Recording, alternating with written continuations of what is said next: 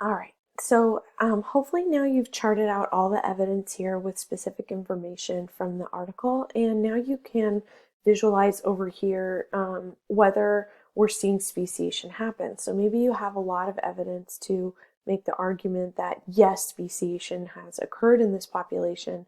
Maybe you don't think you have enough information to strongly conclude that, in which case you would sort of maybe agree and disagree with that prompt of the question that we started with.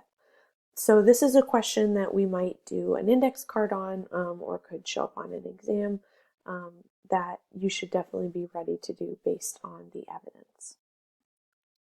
So moving on to some clicker questions that again we'll just kind of use to consider and pause and talk about. According to the biological species concept, are hawthorn and apple maggot flies separate species? So pause the video, consider what you think, and then we'll talk about it. So remember, the biological species concept is about interbreeding or hybridization. If we look back at the article, we can see that there is a lot of information presented, and maybe this information at the end is most relevant to biological species, that there's a 4 to 6% hybridization rate between these types of flies. And so that's kind of low. That tells you that only 4 to 6% of the time are they having offspring. So that might be evidence to, that's not very, it is some evidence of interbreeding. Is it enough to say yes versus no? Maybe you would choose C instead. I could not tell from the information provided. So what information is most relevant to the biological species definition? Again, I just kind of led us there that there's this 4 to 6% hybridization rate between hawthorn and apple maggot flies. So one thing that you can do here is go through these other answer choices and think about which species definitions are these relevant to? If they're physically indistinguishable, which species concept does that have to do with? If they're genetically distinguishable, which one does that have to do with?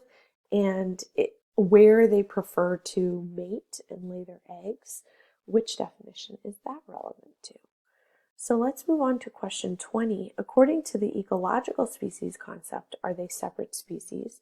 So for this one, we want to be considering their niches, right? So regardless of whether we say yes, no, or I cannot tell, we need to go to the article and find out what's the information that's provided here. So there's a lot of information actually.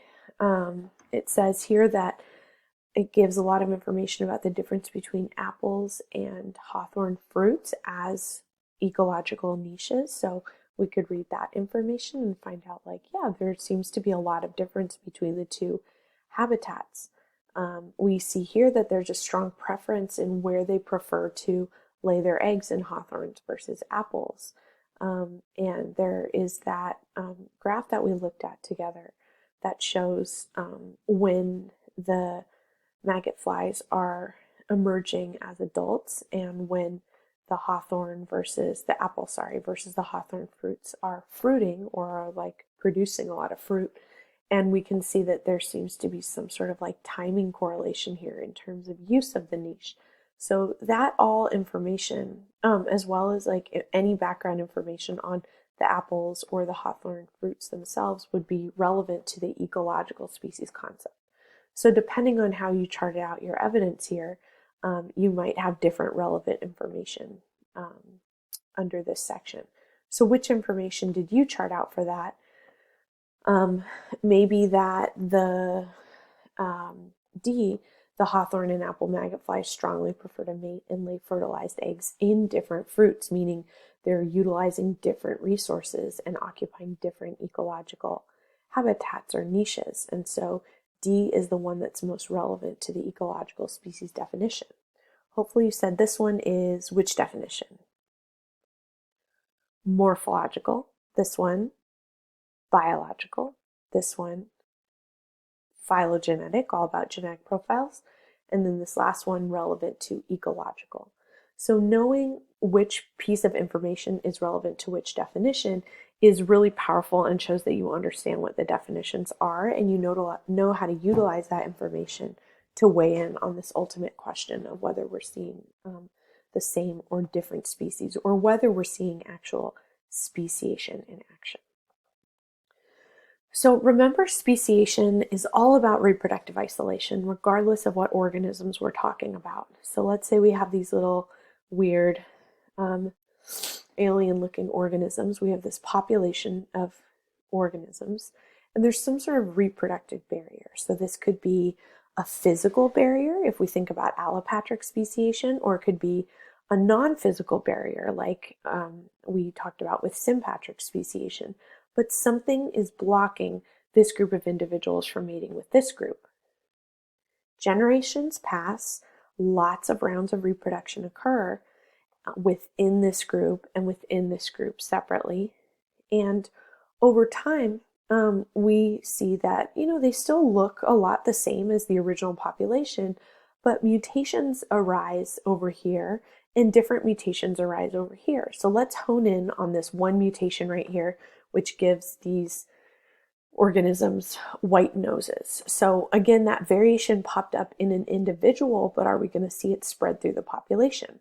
Well, if that reproductive barrier continues to exist and this guy, lives long enough to reproduce, we might expect that in future generations, it could pop up in another set of offspring. And if the environment is selecting for that lighter nose, maybe there's some benefit to having a lighter nose, like you're not spotted as much by predators, then there's going to be a selection for the white nose. And over many generations of reproduction, we might see that the population is going to exhibit more individuals with this white nose. So we saw variation that was heritable, selection, and over time, that trait spreading through the population. So we are seeing natural selection in action, all starting with that mutation there. And we don't see it happening over here because they're experiencing their own unique mutations that are maybe potentially subject to different selective pressures over here. And so this population now is morphologically at least looking a lot different from this population. So are they able to reproduce according to biological species definition? Are they occupying different niches or habitats according to ecological species definition? Do they have different genetic profiles, right? Like if we look at their genomes, are they significantly different enough for us to say that they're members of two different species? All of that information and all those lines of evidence would allow scientists to reach a more firm conclusion that now we're seeing like two distinct populations and two distinct species, and that speciation has actually occurred. But it's all about that initial reproductive barrier that would allow, that kind of allows the gene pool to shrink and individuals to only be interbreeding over here versus over here, individuals only interbreeding. Okay, so speciation is all about reproductive isolation. And this potentially leads to populations becoming different over time and speciation happening. So these reproductive barriers can be what are called prezygotic, like pre or before the formation of the zygote, which is like the baby or the offspring, or they could be post-zygotic. So to read up on these different types of reproductive barriers, I actually linked to an article that we see over here. And you can find this under the resources for this week about reproductive isolating mechanisms in prezygotic versus post. So this has examples of all the different types of reproductive isolation to give you some like really concrete examples. And you might see some overlap with the ones that are listed in the slide, but essentially anything that stops reproduction from happening before the baby is even made would be considered prezygotic. So habitat isolation could be like, two groups of individuals occupy different niches or different habitats, and so they never encounter each other, right? So that's called habitat isolation. Or maybe they're active at slightly different times. Maybe this one appears active more during the day and this one more at night. So if they never encounter each other, they're never going to reproduce. It's called temporal or time-based isolation. Behavioral would be, like in the case of sexual selection, like one group's exhibiting a different behavior than the other, and this forms a reproductive barrier. So these blue-footed boobies, like Maybe the male does an elaborate dance, and maybe over time, males start doing even more elaborate dances in one group versus the next, and females exhibit different preferences. This could lead to a split in the population and speciation occurring. So either way, it's a reproductive barrier that's prezygotic. Mechanical isolation would be like the reproductive parts don't fit together. So with snails whose shells twist in different ways, they can't physically inseminate each other. So that's an example of a prezygotic barrier. When they're trying to make a mating attempt, they're not able to because there's this mechanical reproductive isolation. The last prezygotic one is called gametic, and what this means is that the gametes don't physically fit together or don't recognize each other. So let's say we have these urchins and they both spawn, broadcast spawn, where they release all their gametes into the water. And maybe those gametes don't recognize each other, don't fit together. That's called gametic isolation, another prezygotic reproductive barrier. And then these are all postzygotic. So that means after the zygote forms, there are problems. So reduced hybrid viability would mean they can make offspring, but something's not quite right with the offspring. Maybe the offspring doesn't have fully formed legs, or something occurs that would not allow them to survive to adulthood and reproduce.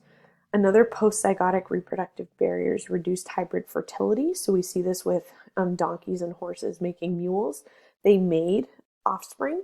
There was nothing wrong with the offspring per se, but they can't reproduce and have their own baby mules. So mules can only come from the hybridization of these two groups. So that's called reduced hybrid fertility, or hybrid breakdown, which means viable fertile offspring are made by the offspring themselves, but there's problems with that second generation. So maybe the leaves don't develop properly in these plants. Remember, these reproductive barriers are not just for animals, they're for all species: plants, fungi, protists, bacteria. We can see postzygotic and prezygotic reproductive barriers in any group that does some sort of sexual reproduction. I suppose maybe asexual reproduction as well. I hadn't thought about that. Okay, so reviewing our learning objectives, how do new species originate, and what are these different definitions of species? Hopefully now you feel pretty confident doing these things. Look back at the reading, look at that website that I posted to about reproductive isolation, and then make sure that you go to the discussion forum under This Week in Canvas, and you'll see it right here, Speciation and Maggot Flies Discussion. You'll see that you've been assigned to a different team based on your ecology research projects. I just did that so you're not having to scroll through 38 different posts plus all the responses, but rather just for your group, you're going to respond to people in there and only post to people in there. So when you post your reply, it only goes to your team.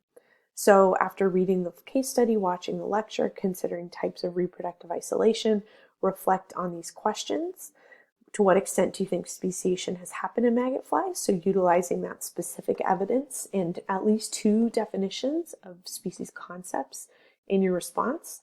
And then how do you think speciation might have occurred or may occur? So utilize 2 different types of reproductive isolation, maybe prezygotic or postzygotic, as well as any relevant mechanisms of evolution like genetic drift or gene flow, natural selection, to kind of discuss how this speciation could have played out.